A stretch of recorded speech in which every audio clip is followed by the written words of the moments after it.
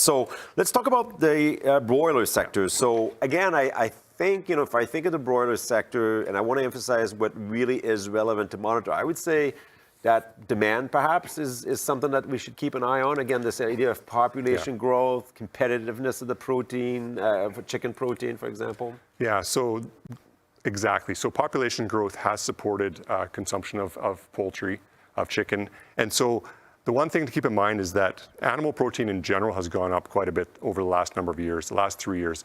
The chart you'll see on the screen right away highlights this. So not surprising, beef is almost 25%. And so if you think back to the cattle section about those record prices and then prices continuing to increase this year, don't expect beef prices to come down. So chicken is actually price competitive compared to beef, given even though it's increased, it's been less.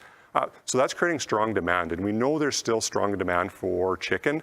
And so that strong demand for chicken, a little bit of a price advantage as far as not going up as much, and population growth is starting to support that. So what does this all mean? It's actually a good news story because earlier last year, there was record high poultry stocks, chicken stocks. So this figure you'll see on the screen highlights this. There was a stockpile. So that increase in demand has really, really helped bring those stocks down. So now we're seeing they're back within what we call an average range. And so that's a good news story.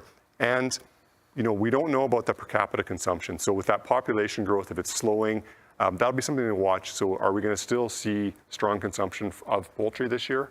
It's to be seen. But, if you look at it, and profitability should still be strong. And we know the consumer's price sensitive. So Christian talked about it already.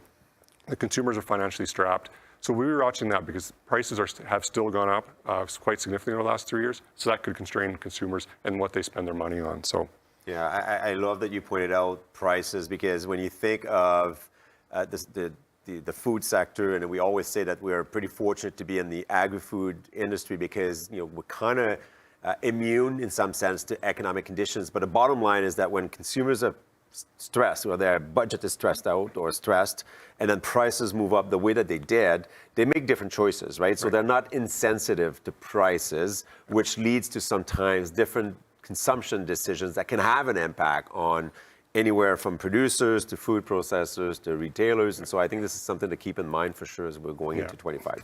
Yeah, and the last thing to highlight is avian flu. So it made a resurgence late in 2024. It's hitting BC, that's where most of the cases are. And BC got hit a few years ago when avian flu hit. So that's something we'll have to watch, because if it starts to spread, more among more operations, that could have an impact on profitability as we head into this year as well. Okay, let's keep, for sure, a close eye on all of this. And so thanks, Des. I appreciate the insight.